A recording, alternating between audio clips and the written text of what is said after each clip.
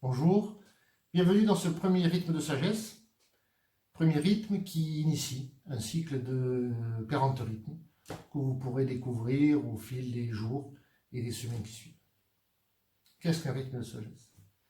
Un rythme de sagesse, c'est un temps, un moment, où nous allons pouvoir vivre en sagesse, où nous allons pouvoir être attentifs, où nous allons pouvoir comprendre la sagesse et comprendre l'utilité qu'elle peut avoir dans notre vie, au quotidien et par-delà notre existence. Un rythme de sagesse, ce sont une expression, des expressions de sagesse que nous allons pouvoir retrouver grâce à un enseignement, grâce à des lectures de textes authentiques et sacrés, mais aussi à l'aide de chroniques qui nous feront découvrir la discipline d'harmonie qui appréhende la sagesse face à notre quotidien. Et nous verrons que tous nos gestes, même les plus banals, peuvent être appréhendés en sagesse. Ces chroniques traiteront aussi de l'actualité, l'actualité de notre humanité, l'actualité de notre monde. La sagesse, c'est l'essentiel. Seule la sagesse donne un sens à notre vie, une direction à notre existence. La sagesse est la joie. Non pas la joie éphémère, la joie profonde, la joie durable, parce que nous sommes attentifs, parce que nous comprenons le monde, parce que nous comprenons, nous pouvons être en harmonie. Et nous serons donc forcément heureux. La sagesse ne va pas gommer nos difficultés quotidiennes, nos soucis, nos ennuis, nos tracas. Par contre, elle va nous permettre de les appréhender en sagesse, c'est-à-dire de les comprendre, connaître leur nature éphémère, quelquefois illusoire, pour nous recentrer sur l'essentiel. L'essentiel en sagesse. Être attentif, comprendre et transmettre. Voilà le but de notre vie. Ce but ne vient pas. Nous ne le découvrons pas aujourd'hui. Depuis l'origine. La sagesse bat au cœur de l'univers. Elle bat au cœur du monde. Elle bat au cœur de notre humanité. Elle bat au cœur du vivant. Et surtout, elle bat dans le cœur de chacun d'entre nous. La sagesse n'est pas réservée à une élite. Elle n'est pas réservée à des sachants ou à des connaissants. Elle est ouverte. Elle est libre. Elle est inclusive, participative et même pluridisciplinaire. La sagesse nous ouvre notre cœur. Quelle définition donnerions-nous à la sagesse? Des livres entiers, des volumes épais, des contes, des poèmes, ont tous parlé de la sagesse. Et la sagesse ne peut pas être définie.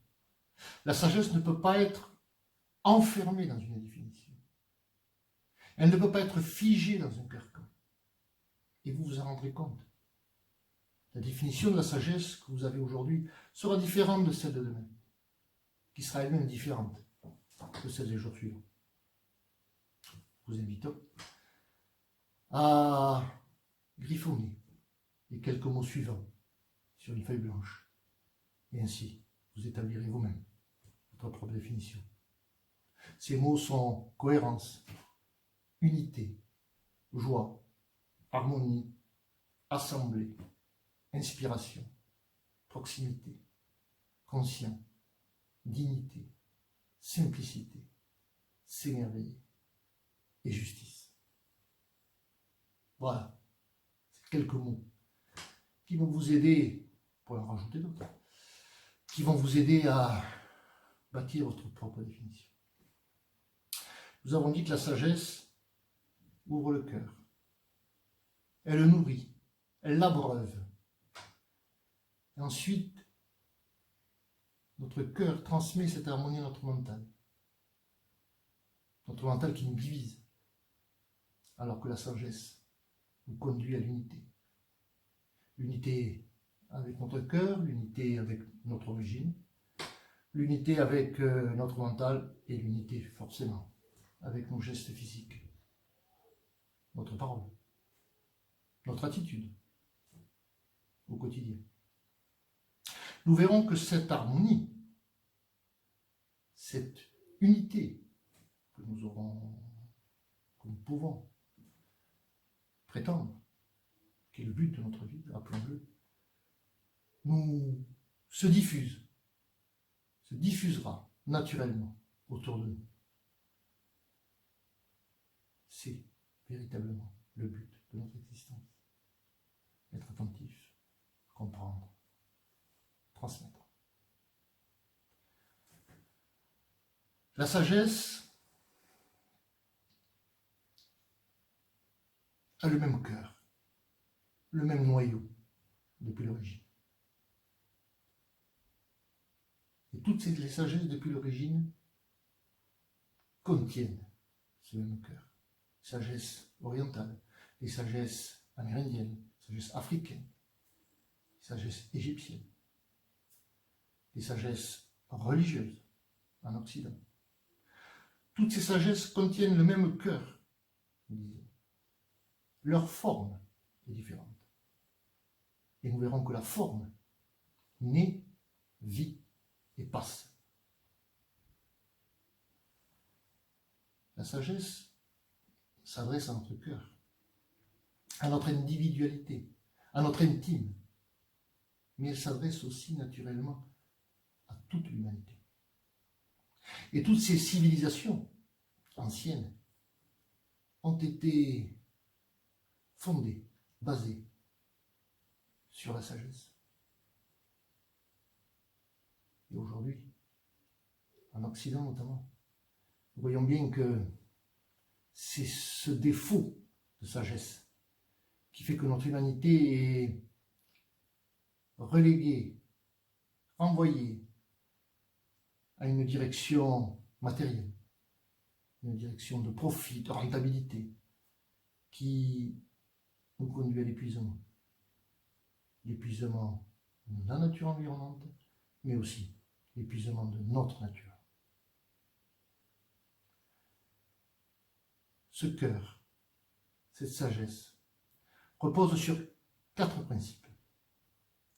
Le premier de ces principes est l'acceptation de cette possibilité d'harmonie.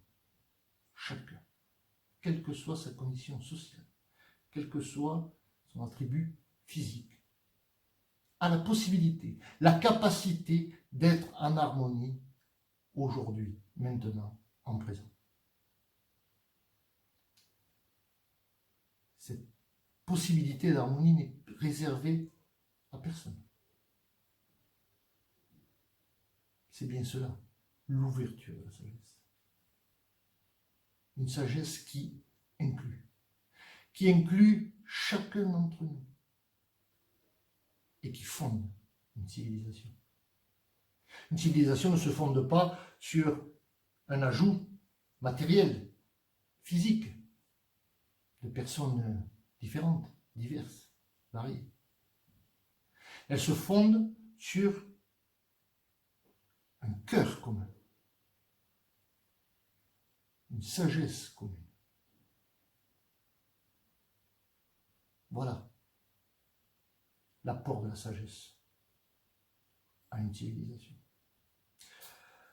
Le deuxième principe est de mener une vie simple, juste, sobre et joyeuse. Et c'est tout à fait possible aujourd'hui. La sagesse ne demande pas de vivre en dehors du monde actuel. Elle ne nous demande pas de vivre reclus dans une caverne. Elle nous permet de vivre harmonieusement et en paix dans le monde d'aujourd'hui. Voyons bien que l'avoir, la possession, qui est la direction centrale d'aujourd'hui, ne nous conduit pas à la sérénité, ne nous conduit pas à l'équilibre, ne nous conduit pas à la paix, et encore moins à l'harmonie. Nous pouvons changer ça. Individuellement. Et ensuite, collectivement. Préparer le commun, c'est d'abord préparer son intime. Préparer l'individu. Et nous verrons, au travers des prochains rythmes de sagesse, que s'accorder dans notre monde à une vie juste, simple, sobre et joyeuse est parfaitement possible. Que certes, les sacrifices seront nécessaires au démarrage, mais nous verrons que ces sacrifices n'en sont pas. Et que dans quelque temps, nous n'y penserons même plus. Nous ne saurons même plus que ce sont des sacrifices. D'ailleurs même, l'étymologie du terme sacrifice, c'est rendre sacré. Voilà ce qui manque à notre société aujourd'hui, à notre civilisation. Remettre le sacré au centre de nos existences.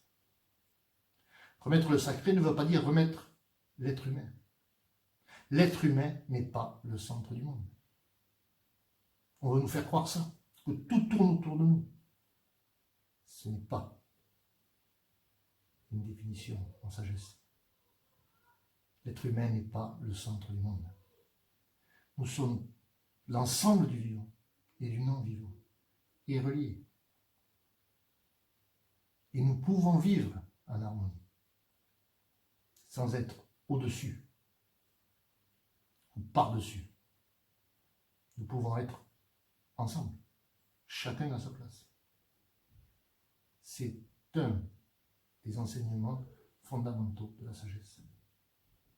Nous devons nous recentrer vers l'harmonie, vers la sagesse, mais non pas devenir le centre du monde. Le troisième principe est l'acceptation des changements. Nous vivons dans un monde en mouvement. Nous vivons dans un monde où les changements sont incessants. Ces changements sont éphémères. C'est la nature même du changement. C'est la nature même du mouvement. Aujourd'hui, notre temps actuel accélère encore plus ce mouvement, accélère encore plus ces changements. Nous sommes en totale déconnexion, en total désordre avec l'ordre de la nature des choses.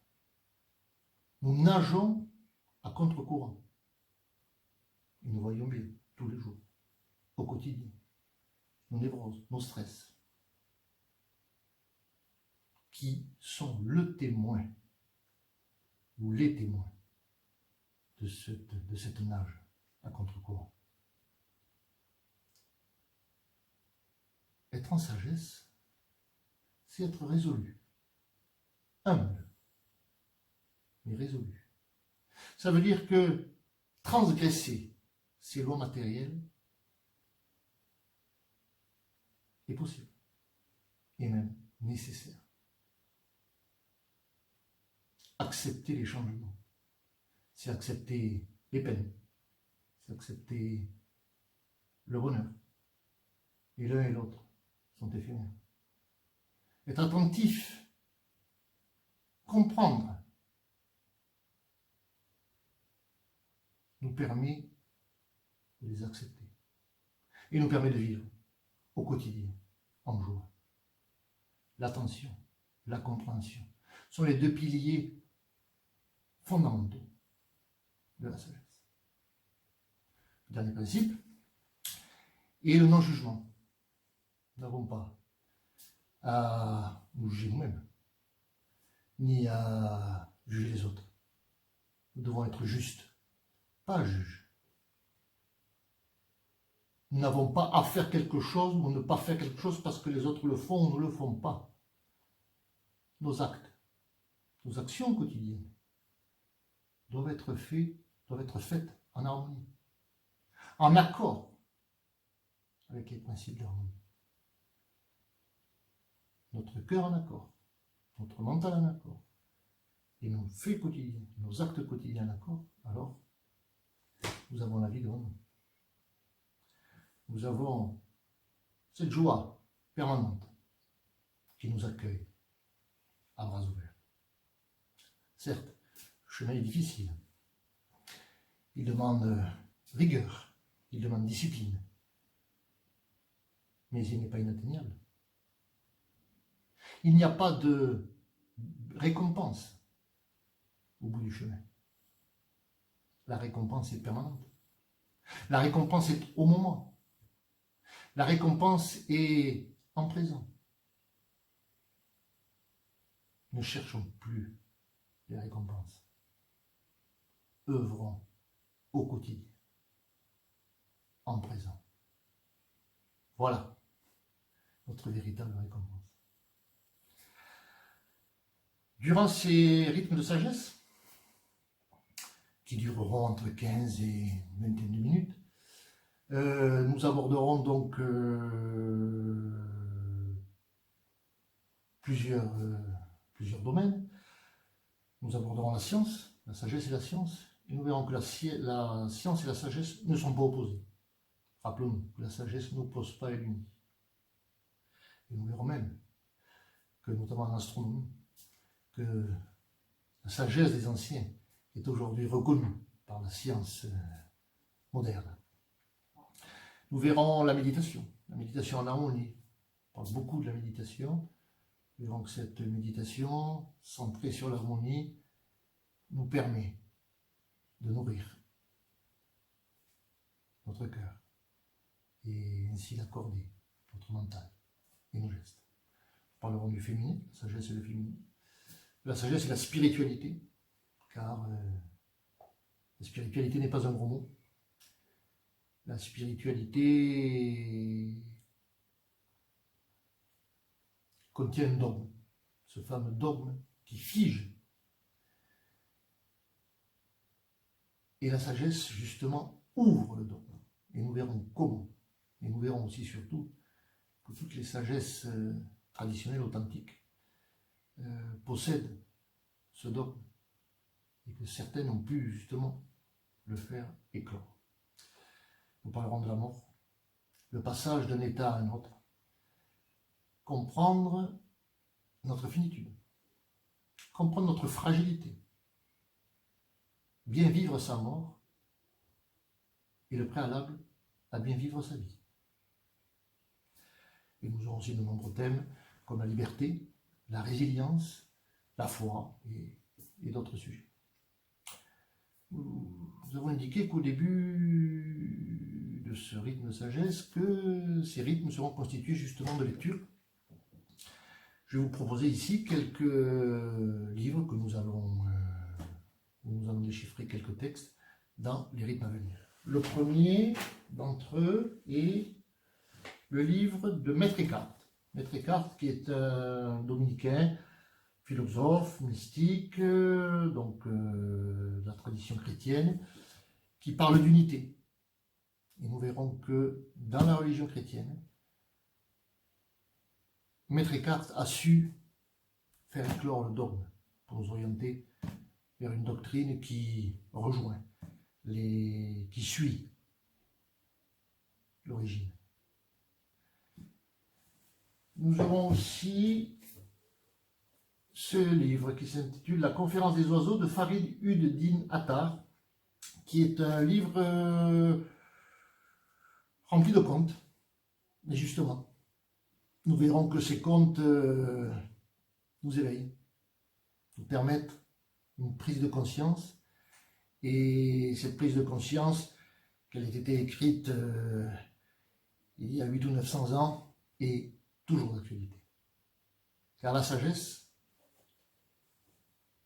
est éternelle. Elle est toujours actuelle. Et la sagesse d'harmonie que nous vous proposons n'est pas nouvelle. Ses fondements sont identiques à toutes les sagesses précédentes.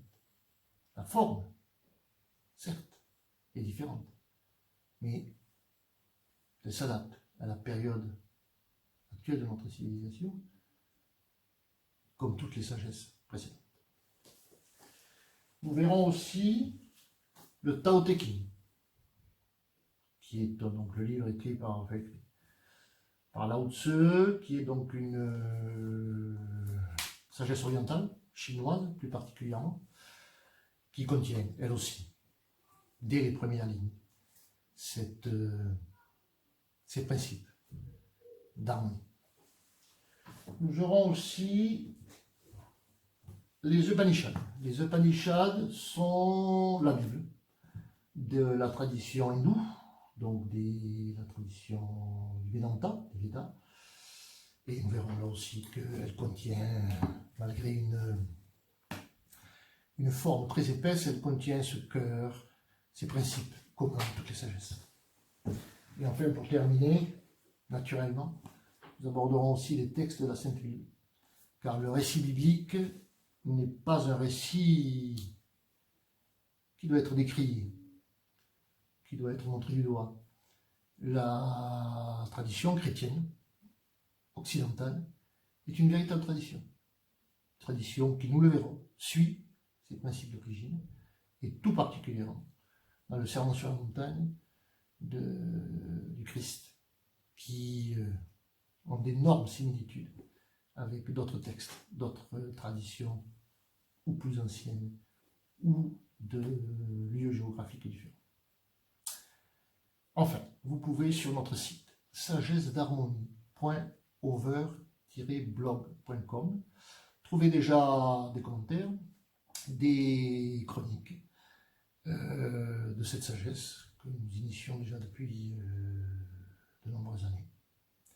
Vous pouvez aussi sur notre site télécharger notre récit, le récit d'harmonie, qui est un récit qui peut servir de support à nos fameux rythmes de sagesse.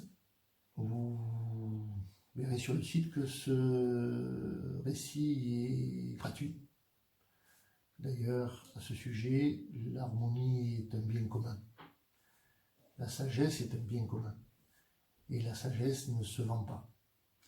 Et l'harmonie ne s'achète pas. Donc vous ne trouverez rien à vendre sur notre site. Notre participation est la chose la plus importante. Enfin, la sagesse ne pratique pas le prosélytisme. Comme nous l'avons dit au début, la sagesse ne soumet pas. La sagesse n'impose pas. La sagesse ouvre. Elle ouvre un champ de possibles. Elle ouvre des moments présents en sagesse qui égayeront vos jours, illumineront votre vie. La sagesse ne pratique pas le prosélytisme. Elle nous rend libres. Nous vous remercions et nous vous disons à bientôt.